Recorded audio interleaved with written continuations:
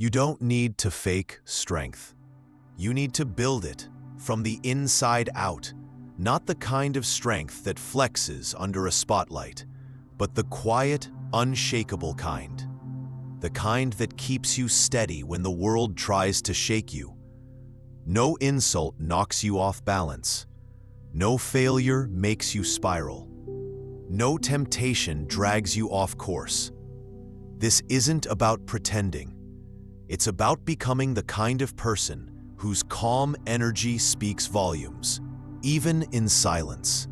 People feel it. They may not know why, but your presence will pressure them without a single word. That kind of strength, it isn't new. It's been forged over centuries, refined in war rooms and in solitude, held tight by warriors, emperors, and those who survived history's chaos. Its name, Stoicism. But Stoicism isn't some poetic, dusty school of thought you read in a quote. It's not for monks or philosophers locked away in libraries. It's for you. For anyone who's tired of the emotional noise, who wants to stop being dragged by impulse, confusion, and chaos. Stoicism is a battle-tested blueprint, a daily weapon for mastering your mind, sharpening your emotions, seeing clearly, staying grounded, and walking through fire without getting burned. So if you've had enough of the distractions, if you crave inner peace that doesn't depend on other people's opinions, if you want to be unshakable, watch this video until the very last word. Because what comes next might be the perspective shift you've been looking for. Number 1, growth comes with loneliness. Do you want to build a mind so steady, so powerful, that it makes people around you uncomfortable? Then you need to be prepared. The first thing you're going to feel is not motivation. It's not confidence. It's loneliness. A loneliness so deep, it stops you in your tracks. It might even make you question yourself, but not because you're doing something wrong. It's because for the first time, you're doing what's right. 4. You stop saying yes when you mean no. You stop faking enthusiasm at shallow conversations and small talk that drains you. You no longer laugh at things you don't find funny. You stop nodding along with ideas you don't believe in. And once you begin that, you become something terrifying to the world around you. Different. You see things clearly. You speak less. You question more. You don't play the game anymore. And people feel that. It makes them nervous, even hostile. Not because you've attacked them, but because your silence reminds them of everything they're running from. When you quit drinking, it makes them question their habits. When you stop gossiping, it makes them feel judged, even if you said nothing. You're no longer part of their mirror, and that bothers them. Let's be real for a second. Aren't you tired of pretending, of performing for people who wouldn't notice if you disappeared tomorrow? Of smiling through conversations that don't feed your soul? You're not rude.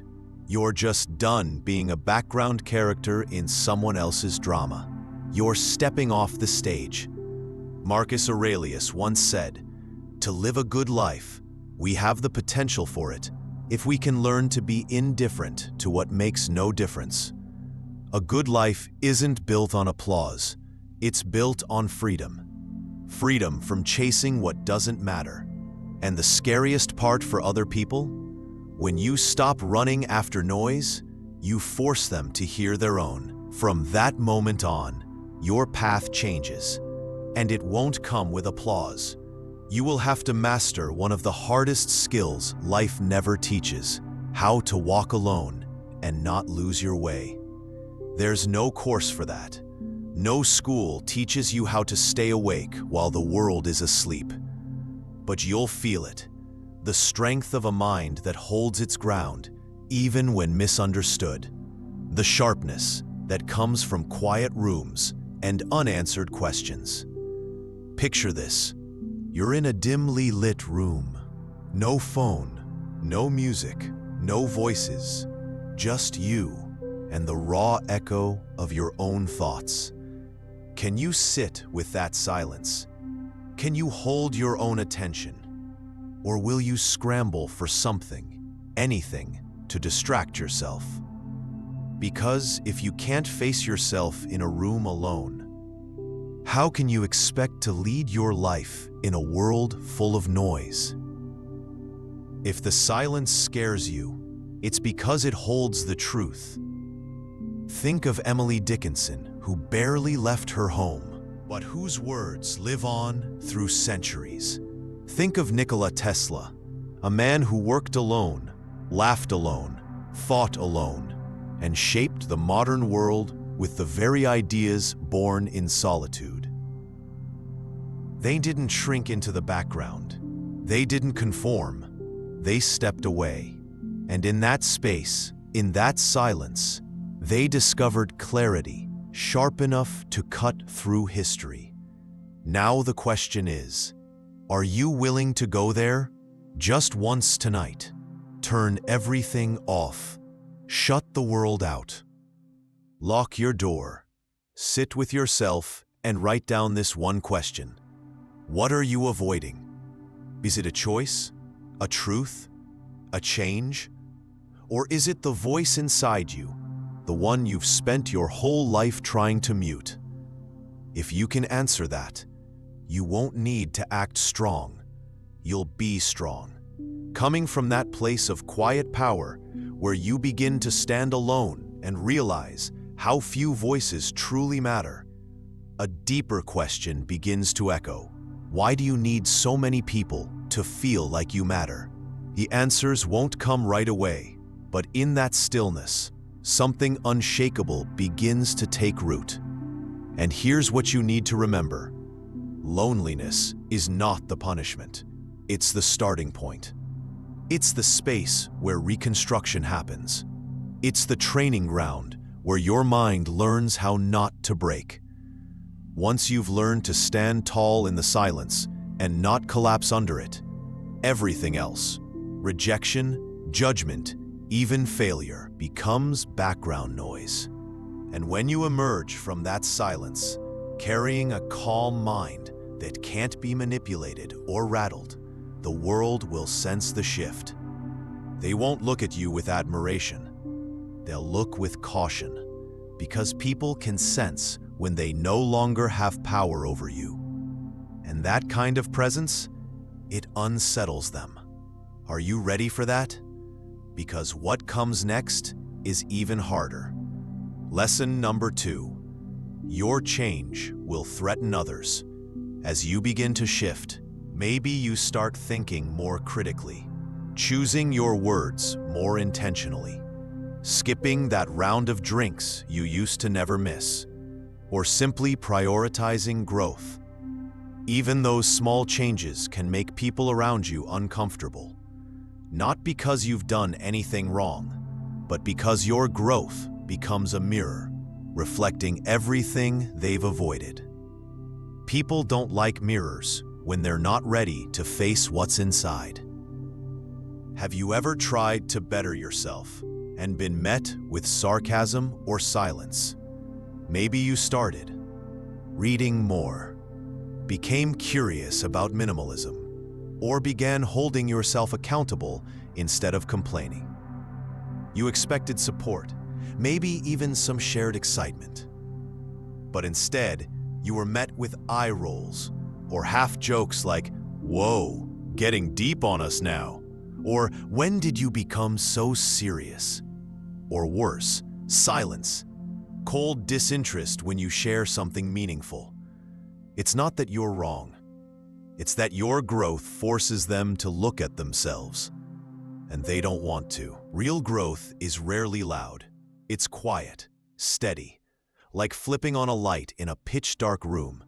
The light doesn't say anything, but suddenly, everything that was hidden becomes visible. And if someone's been living comfortably in the dark, that light can feel blinding. There's a term in social psychology for this: groupthink. It's how people stay aligned on the surface to feel safe. In a circle built around complaints and excuses, the first person who breaks the cycle, who decides to look inward instead of blaming outward, is labeled distant, strange, even dangerous. Not because they're wrong, but because they threaten the status quo. And all growth, by definition, threatens what no longer serves us. Think about Socrates. He wasn't sentenced to death because he committed a violent act. He didn't harm anyone. He was executed because he challenged people to question their own thinking. And nothing scares those in power more than someone who forces reflection. He exposed the laziness of public thought, the comfort of not thinking. The system didn't fear what he did. It feared what he made people realize. The same was true for Malcolm X. When he evolved his message from Black nationalism to a wider, more inclusive humanist view, he wasn't just targeted by the system. He became an enemy to his own former allies. Because growth can make you outgrow your tribe, and that scares people. So let me ask you, have you ever shrunk your potential just to avoid making others uncomfortable? Have you stayed silent, dimmed your own light, just to make sure someone else could stay in the dark without being disturbed? Here's the truth most people won't say out loud. The people you try so hard to please today may be the very first to leave when your world falls apart. But the strength you build in solitude, in silence, in discomfort, is the thing that will carry you through it all. Don't shrink back. Just because others aren't ready to move forward doesn't mean you have to wait. No one grows without leaving something behind: a belief, a comfort, a version of themselves that no longer fits. And if you're feeling isolated in your growth, remember what Marcus Aurelius said: the object of life is not to be on the side of the majority, but to escape finding oneself in the ranks of the insane. So what do you do when people around you feel uncomfortable with the changes you're making? Don't over-explain. Don't beg for understanding. Stay quiet. Keep moving. Real change doesn't announce itself. It reveals itself through results, through peace, clarity, and consistency. Here's a small but powerful practice. Write down 3 things you're changing in your life. Then write down 3 negative reactions you've received. And then ask yourself honestly, if I went back to who I used to be, would I respect myself more? The answer, if you're honest, is usually no, because a strong mind isn't one that avoids friction. It's the one that keeps going despite it. Not everyone will understand your journey. Not everyone is ready for the new you. But if you are, then stop asking for permission. Stop waiting for applause. Just go. Just move. And if what you've heard so far speaks to you, share one change you're making right now in the comments. You never know who needs to see it.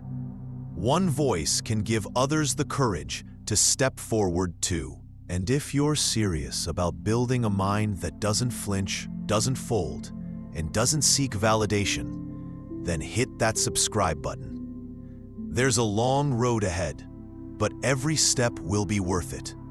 Lesson number 3, let go of needing approval.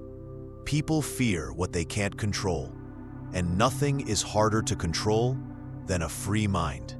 A mind that doesn't seek approval, that doesn't ask for permission. That kind of mind is unsettling to the crowd because it doesn't play by their rules. When you stop living for validation, you become unpredictable. And to society, unpredictability feels like a threat. Not because you're harmful, but because you force people to confront the things they've been avoiding in themselves. Nietzsche called this kind of person the Übermensch, someone who rises above herd morality and creates a life based on values they've chosen for themselves. The Übermensch doesn't ask, "Am I allowed to do this?" but rather, "Is this worthy of who I am becoming?" Just like a climber doesn't ask for directions from someone sitting comfortably in the valley, a strong mind doesn't wait for approval before taking the next step. They've left behind the land of acceptable and crossed into the territory of authentic. Have you ever stopped doing something just because someone else disapproved? Have you deleted a post, quieted your voice, buried a dream because you thought no one would care or approve? The question isn't how often you've censored yourself. It's this: whose life are you really living? Because the more your behavior is driven by recognition, the less you're in control. You become a puppet, dressed up to look like an independent thinker, but controlled by the invisible strings of other people's opinions. Stoic philosophy teaches us, if you want to improve, be content to be thought foolish and stupid. Why? Because growth demands the courage to look wrong, to risk being misunderstood, to look like the fool before becoming the master. That is the price of freedom. The less approval you need, the more you're able to do what's actually right. But that kind of freedom disrupts the system, because when you show it's possible to stand alone, you expose the illusion of the crowd. You force others to reckon with the fact that they've been hiding in agreement. And mediocrity doesn't need to fight. It just needs consensus. It uses disapproving glances, practical advice, and quiet mockery to pull you back in line. Not because they hate you, but because your courage makes them question their own fear. Nietzsche called this slave morality, a mindset where weakness is framed as virtue. When you're strong, they'll call you cold. When you're independent, they'll say you're selfish. But you weren't born to make everyone comfortable. Galileo was condemned for speaking a truth that lacked popular approval, that the earth revolves around the sun. Rosa Parks, with a quiet refusal to give up her seat, exposed a nation's injustice. True power doesn't always shout. Sometimes it's a calm refusal to flinch, even when the whole world tells you to sit down. Lesson number 4. Own your life completely. If you've let go of needing approval, the next step is claiming full responsibility for your choices. Here's a simple challenge to show you just how deeply we're shaped by other people's eyes. Go eat alone at your usual spot. No phone, no headphones, no pretending to be busy. Just sit still. The discomfort you feel isn't loneliness. It's the fear of looking lonely. But if you push past that feeling, you'll discover something powerful. The first taste of real freedom comes from being okay with how others see you. Ask yourself, if you posted nothing, if you told no one, would the work you're doing still feel meaningful? If the answer is no, maybe you're performing life instead of living it. Like a farmer planting seeds, not for fruit, but for likes. You've been off course longer than you think. The Bible says, "Do not conform to the pattern of this world, but be transformed by the renewing of your mind." You don't have to fight the world. You just have to have the courage to live differently, and that starts with releasing your grip on the crowd's applause. If you want to build a mind that makes others uneasy in the best way, begin by defining your own values. Don't borrow morals from the majority. Don't wait for a green light to move. Let every action you take answer one question: does this make me a better version of myself? And when you can stand tall on your own, not needing praise or permission to feel valid, you're not just strong, you're free. You don't need to raise your voice to be feared. Stay calm when everyone else panics. In a world ruled by knee-jerk reactions, The person who pauses to think becomes the most dangerous one in the room. That clarity starts the moment you accept this truth. No one but you is responsible for your life. Stoic philosophy calls this logos, the rational structure of the universe. It's the system behind everything. You don't control it, but how you move within it, that's all on you. You might lose your job, be betrayed, be misunderstood. That's life. But your response, that's your power. That's your declaration of inner strength. We often mistake faith for surrender, as if doing the right thing guarantees things will go right. But real maturity begins when you release that belief. When you look in the mirror and ask, if no one helps me, how far can I go on my own? That's when the game changes. That's when you stop looking outward for blame and start controlling what's within. Nietzsche wasn't cheering when he wrote, "God is dead." He wasn't celebrating atheism. He was warning. He was saying there's no longer a moral blueprint handed to you.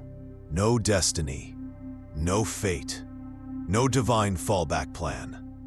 From here on out, it's your ship, and you're the one steering it or crashing it. That's terrifying, but it's also power in its rawest form. Jean-Paul Sartre said it best, "Man is condemned to be free."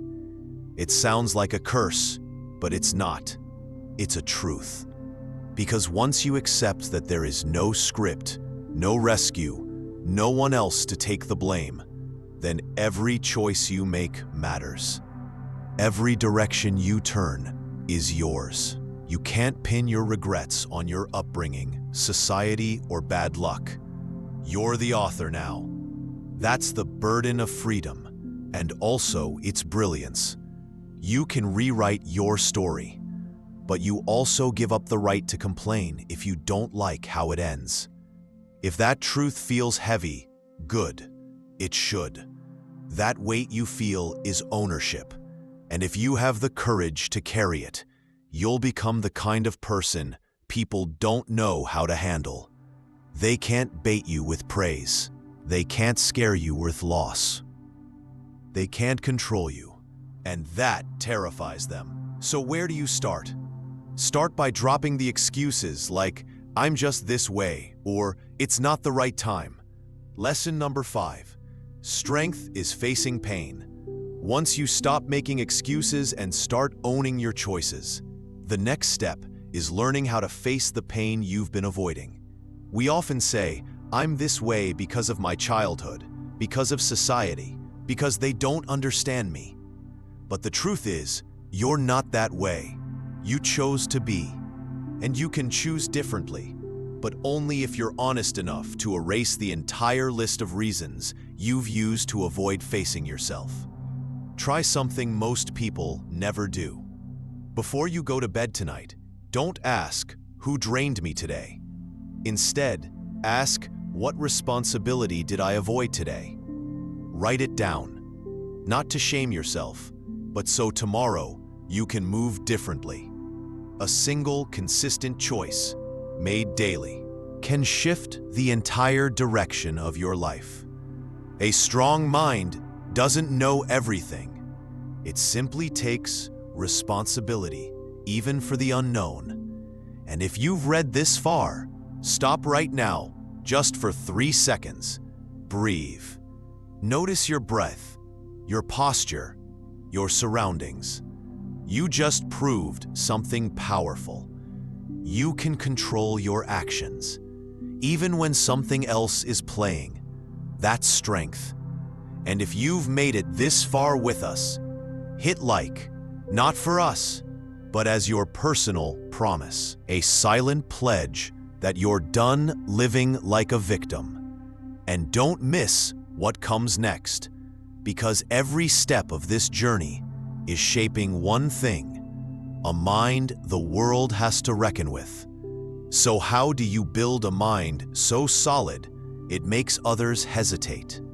The answer doesn't come from feel-good slogans like "love yourself" or "just stay positive." Real strength isn't found in denial. It's forged in pain. True resilience comes from facing the fire, not pretending it doesn't exist. Sometimes, the cracks in your soul are exactly where the light gets in. But how often have you chosen to run instead of stand firm? Where did that take you? A mind of steel isn't forged in comfort. It's shaped in confusion. Through restless nights, through loss and setbacks, we forget that inner turmoil isn't a weakness. It's raw material. It's clay. And if you're willing to face it, it can be molded into something stronger. Viktor Frankl, a Holocaust survivor and psychiatrist, wrote that humans can endure almost anything, as long as they find meaning in the pain. So here's the real question. Have you ever tried to find meaning in your suffering, or have you just been trying to escape it? There's a reason I'm telling you this story, because it proves something brutal but true. Pain doesn't destroy you. Avoiding it does. James was a successful engineer, a husband, a father. His world fell apart when his 6-year-old son died in an accident. For months, James became a ghost, burying his emotions, hiding in his work, doing everything possible to outrun the grief. But the more he ran, the emptier he became. Until one day, he saw his son's shoes under the table and collapsed. That was the turning point. For the first time, he let himself cry, let himself remember, let himself feel. And that's when healing began. James started writing letters to his son, one each day. Letters about the ache, the guilt, the moments they'd never share. 1 year later, those letters became a book that helped thousands of grieving parents survive their own pain. Maybe you haven't experienced a tragedy like James, but everyone has something buried. Everyone carries a silent hurt. What matters isn't avoiding it. What matters is whether you're brave enough to sit with it. Start each day by asking, what pain am I trying to ignore? Write it down. Not to complain, but to understand. Then ask yourself, what can this pain teach me? When you have the courage to confront it, pain loses its grip. It becomes fuel. Just like coal under pressure becomes lesson number 6, expect the worst. Just like diamonds are created under pressure, your mind is sharpened through trials, molded by the very forces most people try to avoid. Seneca once wrote, "A gem cannot be polished without friction, nor a man perfected without trials." Without hardship, there is no depth, no edge, no resilience. So ask yourself this: do you want to live comfortably inside illusions or grow powerfully through uncomfortable truths? Take a deep breath and consider, how many times have you pulled back from something, not because it was impossible, but because you didn't want to feel the pain that came with it? How many pivotal moments in your life have been buried by the fear of hurting? If that hits you, here's a tool to try. Choose one painful memory and rewrite it. Not from the point of view of who you were then, but from who you would be if you had already made it through. Don't write like a victim stuck in the storm. Write like the survivor telling the story. Because when the story changes, your mind does too. A strong mind isn't something you're born with. It's something you build.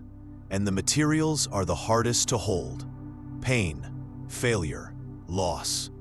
While others flinch, you walk forward. While others make excuses, you learn. While others fall, you grow. That's when people start to notice you and fear you. Not because you're unbreakable, but because you refuse to stay broken. And once you've turned pain into your power, you're ready for the next step, to become unshakable in a world that's always shaking. Mentally strong people share a habit. They expect the worst, not because they're pessimists, but because they refuse to be caught off guard. They don't want to live in denial. They don't want surprise to steal their clarity. And that's what makes them powerful.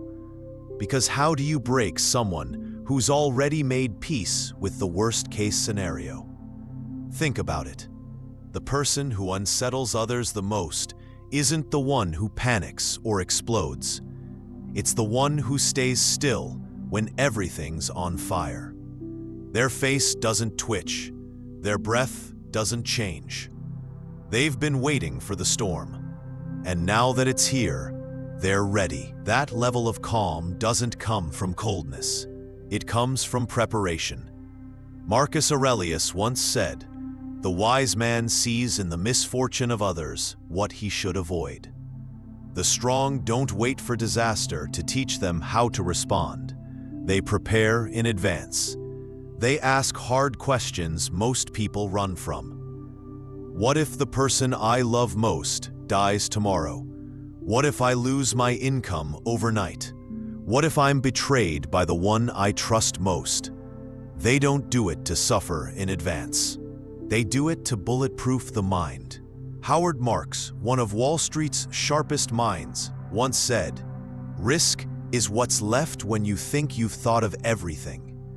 He never invests without walking through the worst-case scenario.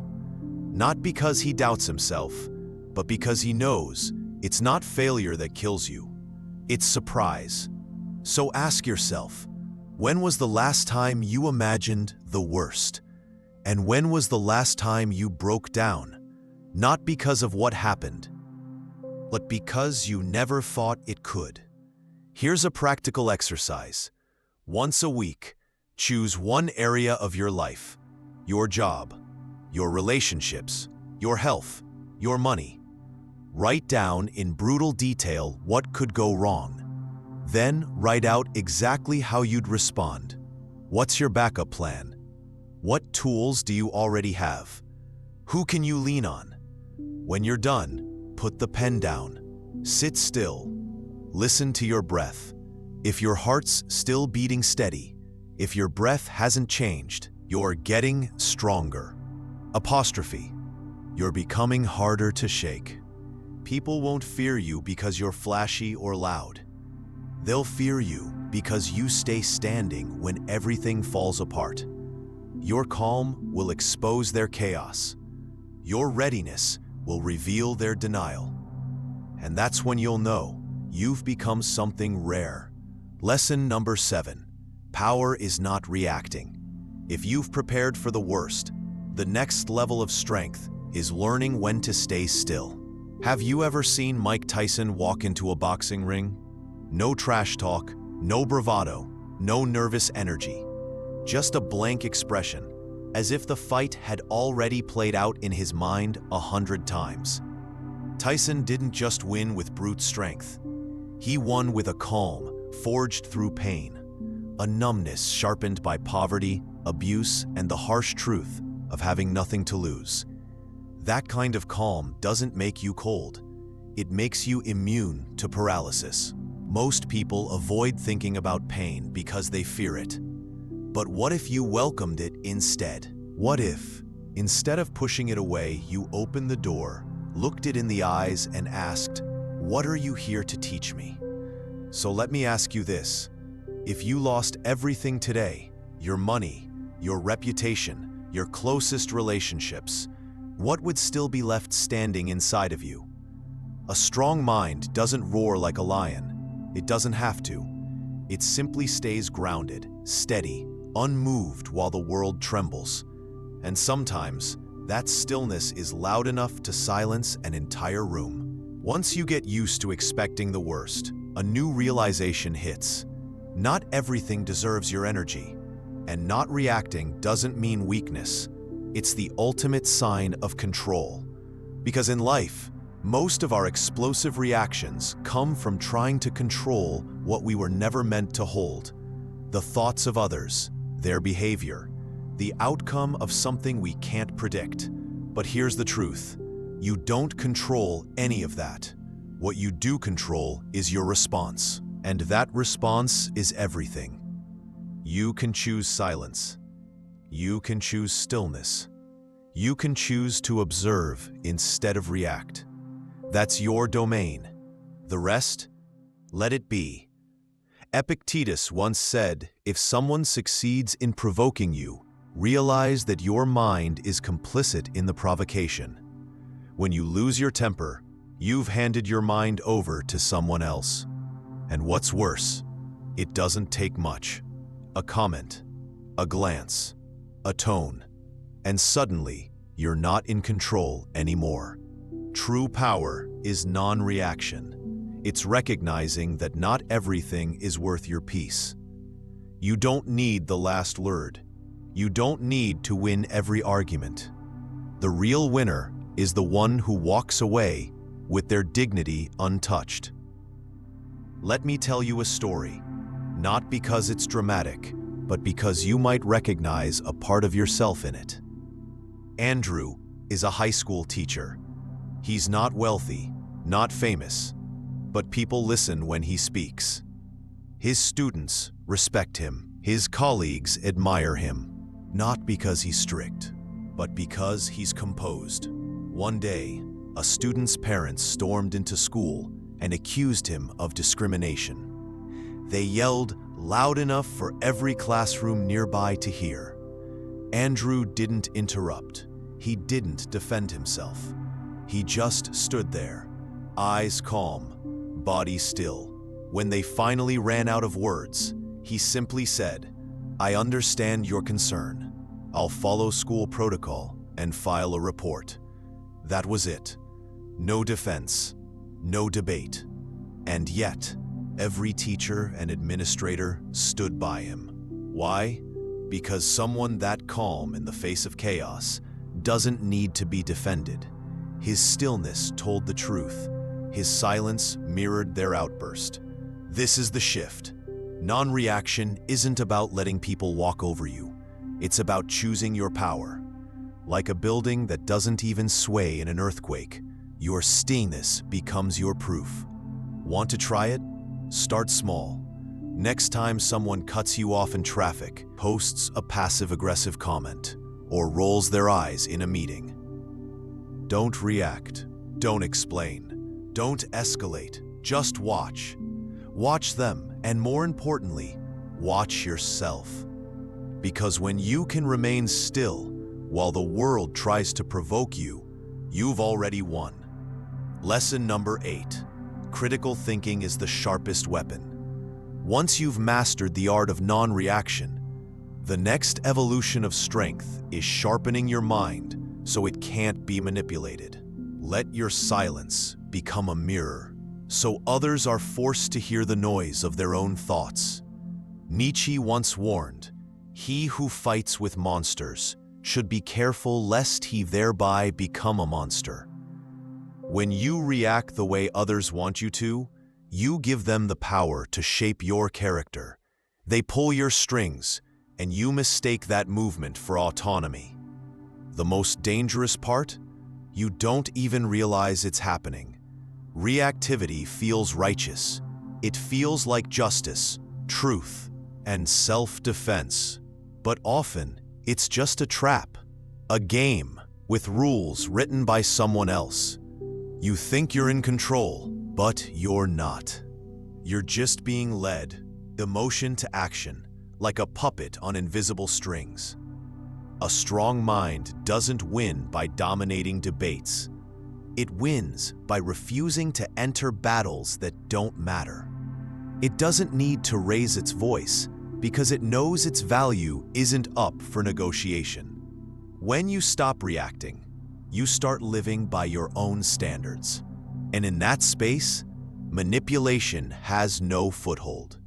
If you're ready to build a mind so steady it makes others stop and think, not because you threaten, but because you don't budge, then leave a comment.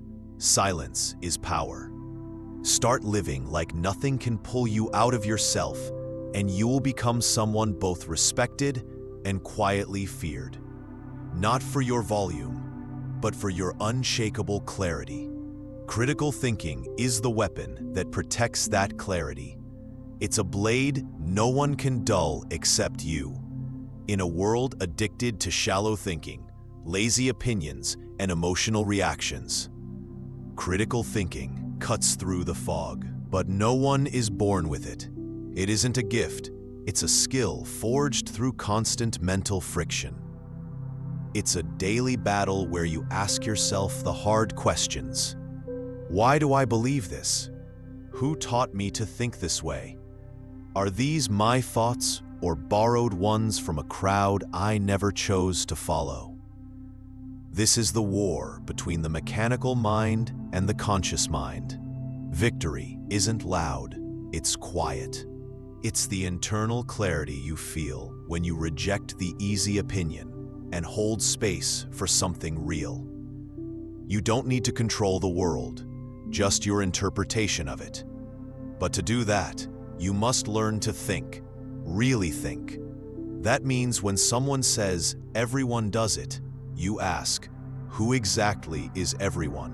When headlines flood your feed, you pause and ask, what's being left out here?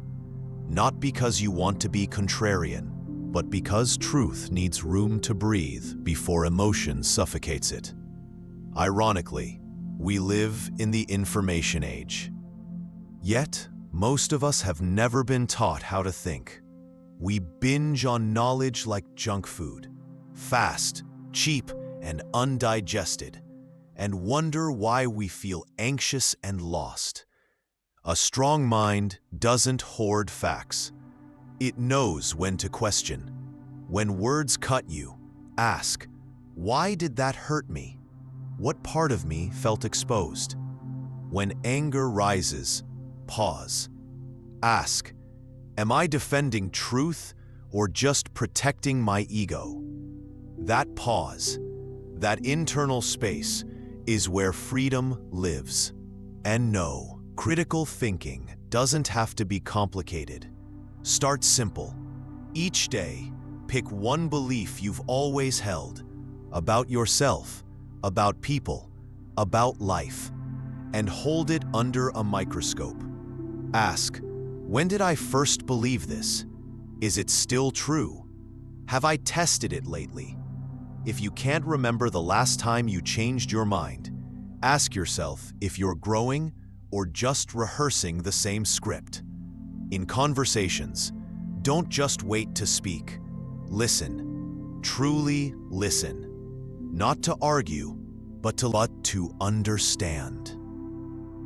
Because a strong mind doesn't need to be right. It just needs to be honest, even when the truth isn't flattering.